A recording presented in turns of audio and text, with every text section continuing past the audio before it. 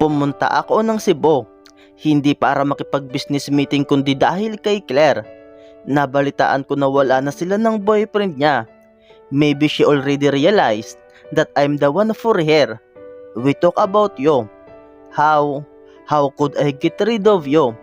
Kasama ko siyang umuwi dito sa Manila kasi parte iyon ng plano na kailangan ka namin saktan para hindi na maghabol pa at ipamukha sa'yo na ginago at ginamit lang kita para pagsilusin siya. Tumikhim ito para maalis ang namuong bara sa kanyang lalamunan. Nung araw din na umalis ka, nabalitaan ko na palugi na ang kumpanya namin.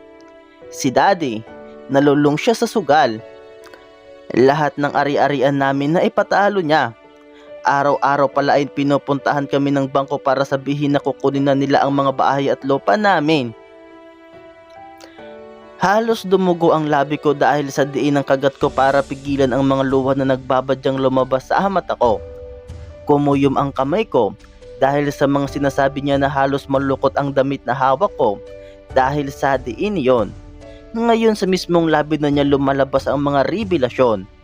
Bumabalik na naman ang bawat sakit na naramdaman ko noon. Ang araw-araw na pag-iyak ko, ang pag-iinsulto sa akin ng mga schoolmates ko, ang panlalamig ng pakikitungo sa akin ni Lola.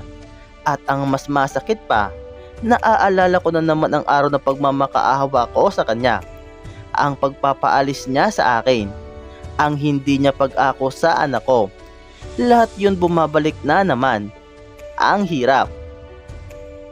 Pero bumalik ka muli at sinabi mo na buntis ka at ako ang ama.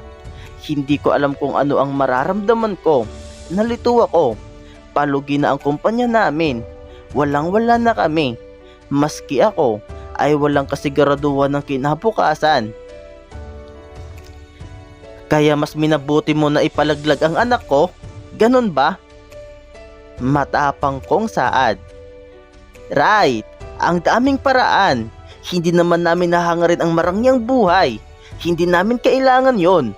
Ang gusto ko lang ay buong pamilya ang kamumulatan ng anak ko. Yun lang, pero hindi mo na ibigay. Sarili mo lang ang iniisip mo. Naghirap ang mga mata nito. Tumulo ang masaganang luha sa kanyang mga mata. Madiin kong pinagdikit ang labi ko at nag-iwas ng tingin sa kanya.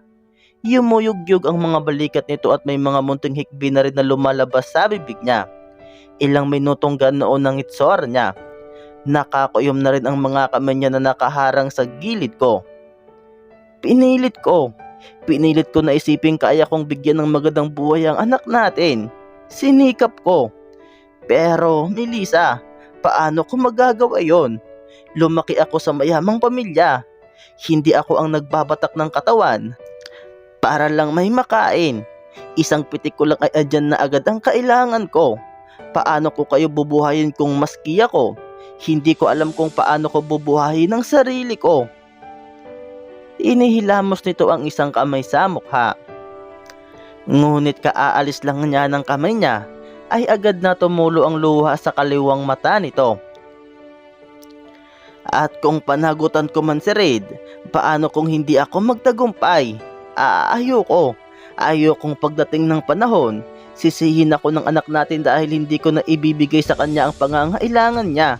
Hindi siya kumakain ng 3 bisis sa isang araw. Asin lang ang kaya kong bilhin para sa inyo. Wala tayong tirahan kundi ang kalsada at ilalim ng tulay. Hindi ko kayang makitang ganoon ang buhay natin. Hindi ko na napigilan ang luha na parang dam na bumuhos. Duwag ka, right? Akala mo ba pera lang ang mahalaga sa mundo? Nagkakamali ka. Ang tanga mo. Nabalot ng sakit ang kanyang mga mata nang sabihin ko ang mga katagang iyon. Parang nanghihina nitong inalis ang mga braso na nasa magkabilang gilid ko at bumagsak iyon sa tagiliran nito. Umatras din siya ng kaunti. Iniwan mo kami para lang sa walang kwentang dahil lang iyon? Ang na! Dagdag ko. Gusto mong ipa-abort si Red para sa mababaw na dahil lang iyan? Paano kung ginawa ko iyon? Pinalaglag ko si Red. Iiwan mo pa din ako, hindi ba? Walang natira sa akin. Mababaliw ako. Melissa, naghihirap na sabi nito. Nung nasa Amerika ako, ilang beses kong sinubukang ipahanap kayo at puntahan. Pero nagkasakit si Papa, nagkakanser siya, at ayaw akong paalisin ni Mama dahil anumang oras ay mamamatay na si Papa. Gusto niya na nasa tabi niya ako kung dumating man ang oras na iyon. Hindi ako makaalis. Itong bahay na ito, pinapagawa ko to ng mga oras na iyon dahil gusto ko dito na tayo manirahan kapag nahanap ko na kayo. At sa tingin mo ganoon kadali iyon? Nasa isang iglap lang sasama kami sa iyo dahil lang sa sinabi mo at sinusuhulan mo kami ng magagaarang bagay na iyon? Ang gusto ko lang, mabuo tayo. Mahina nitong sabi. Nung araw na pinagtabuyan mo ako at sinabi mong hindi mo na ako mahal, nawasak ako. Dahil sa iyo, right? Binasak mo ako. Ang sakit. Nabasag ang boses ko at yumugyog ang aking balikat. Napaluhod ako dahil sa panghihina. Agad na lumuhod si Red sa harap ko at pinalibot ang mga braso sa balikat ko. Hindi na ako nagpumiglas pa dahil ramdam ko na ang panghihina niya at ganoon din ako. Siniksik ko ang ulo sa dibdib nito. Pareho kaming humihikbi na yakap ang isa't isa. Ilang minuto kaming nasagaw noong posisyon. Mahal kita, Melissa. Bumulong ito sa tainga ko. Natigil ang paghikbi ko nang marinig iyon. Hinarap niya ako sa kanya at nakita ko ang sinseridad sa mga mata nito. Inalis nito sa mukha ko ang ilang hibla ng buhok. Narealize ko iyon nung nasa Amerika na ako. Nung wala ka na sa piling ko. Palagi kong iniisip kung ayos lang ba kayo. Umiiyak ka ba araw-araw dahil sa akin? Naghilom na ba ang sugat na ginawa ko? Iniisip kita. Iniisip ko kayo. Kasi hanggang doon na lang ang kaya kong gawin para makasama ko man lang kayo kahit sa isip ko lang. Kahit sa pangarap ko lang. Ngumiti ito ng malungkot. Hindi ako makapagsalita o mas tama bang hindi ko alam kung ano ang sasabihin ko dahil hindi ko naman alam kung maniniwala ba ako. Pinagdikit nito ang mga noo namin at pumikit. Hinaplos ng mga kamay nito ang pisngi ko.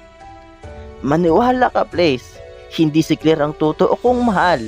Ikaw, hindi kita masisisi kung hindi mo ako tatanggapin ngayon. Patutunayan ko sa iyo na mahal talaga kita. Mahal ko kayo ni Red. Tama na, ayoko na. Sapat na ang mga narinig ko. Tinulak ko ito at mabilis na tumayo. Napaupo siya sa sahig, dala na rin siguro ng panghihina at tulad lang tumingin sa kawalan. Pinunasan ko ang luha na natuyo sa pisngi ko. The tables have turned. Dati ako ang umiiyak sa harap mo at nagmamakaawang tanggapin mo. Ngayon, ikaw naman ang nakaluhod, right? At katulad ng reaksyon mo noon, wala rin akong pakialam sa'yo. Maayos na ang buhay namin ni Red. Huwag mo na sana kaming guluhin pa. Hindi ka na namin kailangan. Binuksan ko ang pinto at mabilis na bumaba ng hagdan. Mula roon ay narinig ko ang malakas na sigaw ni Wright. May bahid iyon ng sakit at paghihirap. Hinagilap ko ang bag ko na nasa taas ng grand piano. Pinatong ko na lang sa blouse ko ang binigay nitong t-shirt. Saktong paglabas ko ng gate ay may dumaang taksi kaya mabilis ko itong kinawayan. Sinabi ko ang address ng bahay namin at pagkatapos ay bumuhos na ang luha sa mga mata ko. Mahal kita, Melissa. Patutunayan ko na mahal ko kayo. Lagi ko kayong iniisip. For that time, pinagkait ko na naman ang karapatang makilala ng anak ko ang kanyang ama.